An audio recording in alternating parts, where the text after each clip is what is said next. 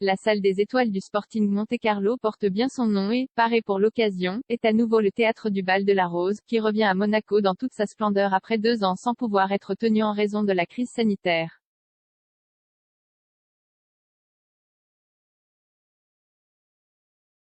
Ce gala est très significatif pour le prince Albert, la princesse Carolina et le reste de la famille, qui honore la mémoire de la princesse Grace, car c'est la fondation à sa mémoire qui promeut l'événement.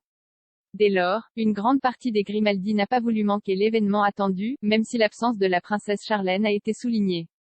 Avec le glamour et l'élégance dont ils font toujours preuve, ils ont été de parfaits hôtes lors d'une fête dont l'axe central était la solidarité.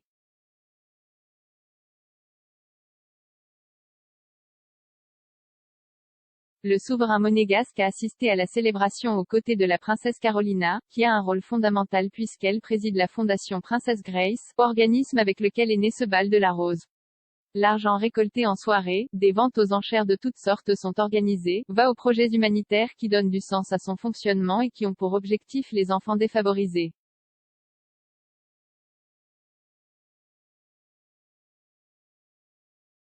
La toujours épouse d'Ernesto de Hanover a également eu le soutien de ses 4 enfants et de leurs partenaires respectifs lors de son grand soir. Carlotta Casiraghi avec Dimitri Rassam, Andrea Casiraghi et Tatiana Santo Domingo, Pierre Casiraghi et Béatrice Borromeo ainsi que Alexandra de Hanovre avec Ben Sylvester Strootman ont fait partie de la soirée.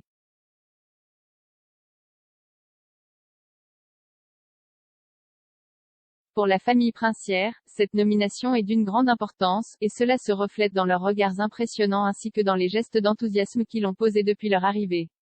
Misant toujours sur l'hermétisme et la discrétion, en l'occurrence Carlotta Casiraghi et son mari, père de son fils cadet, ont été vus comme complices et très naturels sous les projecteurs.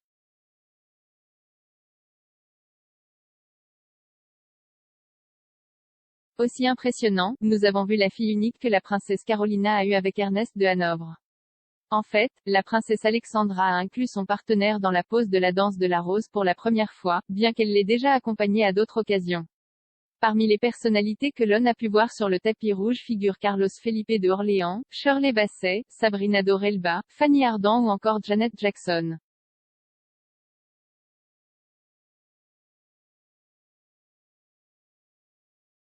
Le cadre de la soirée, dont la date a été décalée de mars à juillet en raison de l'avancée de la pandémie, est spectaculaire. Le thème de cette édition est les années 20, le retour et tous les participants ont réussi à voyager à cette époque grâce à la décoration soignée. Nous voyons des éléments chics et glamour qui imitent le Hollywood d'il y a un siècle et rappellent également la ville de Paris, avec des pièces de l'école du Bauhaus ou de l'art déco représentatif.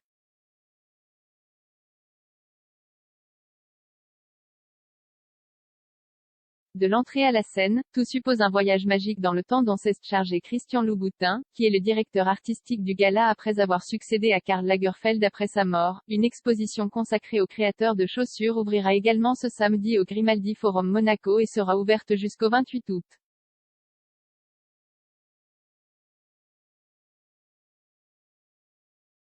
Lumière, couleurs et beaucoup de rythme ont marqué cette soirée où la note culturelle n'a pas manqué, un domaine auquel la princesse Carolina est si attachée, en charge de préparer la liste des participants qui ont vendu les billets il y a plusieurs semaines.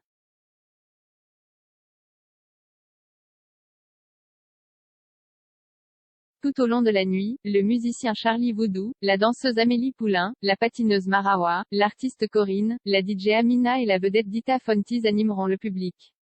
Avec cette dernière, l'ex-Marilyn Manson, Alberto de Monaco a coïncidé à la fin du printemps, puisque la dite reine du burlesque et égérie de l'esthétique pin-up a représenté son spectacle L'Art de la Tease à l'Opéra de Monte-Carlo et la souveraine n'a pas hésité en la félicitant.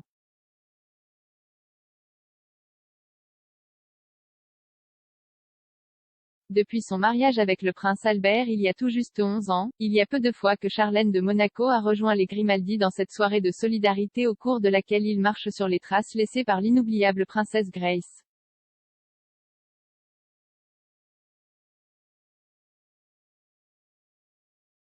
La dernière fois que l'épouse du prince Albert a fait partie de ce rendez-vous, c'était en 2014. Il n'était donc pas prévu qu'elle y assiste cette fois, compte tenu également du fait qu'elle se remet toujours du problème qui l'a éloignée de la vie publique pendant 15 mois. Jusqu'à fin avril. Petit à petit, il reprend son agenda en principauté, mais il a choisi de le faire progressivement car sa santé est encore fragile et je ne veux pas aller trop vite. Si au fil du temps elle se retrouve plus sereine, elle est consciente que le chemin a été long, difficile et très douloureux.